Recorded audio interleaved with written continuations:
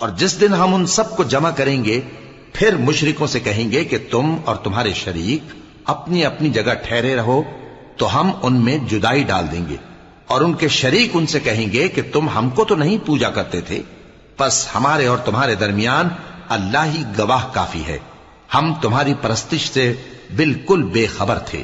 وہاں ہر شخص اپنے اعمال کی جو اس نے پہلے کیے ہوں گے جانچ کر لے گا، اور وہ اپنے سچے مالک اللہ کی طرف لوٹائے جائیں گے، اور جو کچھ وہ جھوٹ باندھا کرتے تھے سب ان سے جاتا رہے گا۔ اے پیغمبر کہو کہ تم کو آسمان اور زمین میں رزق کون دیتا ہے، یا تمہارے کانوں اور آنکھوں کا مالک کون ہے، اور بے جان سے جاندار کون پیدا کرتا ہے، اور جاندار سے بے جان کون پیدا کرتا ہے، اور دنیا کے کاموں کا انتظام کون کرتا ہے؟ تو یہی کہیں گے کہ اللہ۔ تو کہو کہ پھر تم اللہ سے ڈرتے کیوں نہیں؟ یہی اللہ تو تمہارا حقیقی پروردگار ہے، اور حق بات کے ظاہر ہونے کے بعد گمراہی کے سوا ہے ہی کیا؟ تو تم کہاں پھرے جاتے ہو؟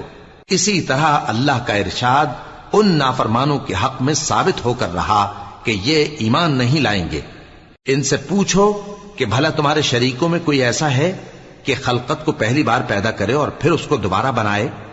کہہ دو کہ اللہ ہی پہلی بار پیدا کرتا ہے پھر وہی اس کو دوبارہ پیدا کرے گا، تو تم کہاں الٹے جا رہے ہو؟ پوچھو کہ بھلا تمہارے شریکوں میں کون ایسا ہے کہ حق کا رستہ دکھائے؟ کہہ دو کہ اللہ ہی حق کا رستہ دکھاتا ہے۔ بھلا جو حق کا رستہ دکھائے وہ اس قابل ہے کہ اس کی پیروی کی جائے، یا وہ کہ جب تک کوئی اسے رستہ نہ بتائے وہ رستہ نہ پائے؟ تو تم کو کیا ہوا ہے، کیسا انصاف کرتے ہو؟ اور ان میں کے اکثر محض گمان کی پیروی کرتے ہیں، اور کچھ شک نہیں کہ گمان حق کے مقابلے میں کچھ بھی کارآمد نہیں ہو سکتا۔ بے شک اللہ تمہارے سب اعمال سے واقف ہے، اور یہ قرآن ایسا نہیں کہ اللہ کے سوا کوئی اس کو اپنی طرف سے بنا لائے۔ ہاں یہ اللہ کا کلام ہے، جو کتابیں اس سے پہلے کی ہیں ان کی تصدیق کرتا ہے، اور انہی کتابوں کی اس میں تفصیل ہے، اس میں کچھ شک نہیں کہ یہ رب العالمین کی طرف سے نازل ہوا ہے۔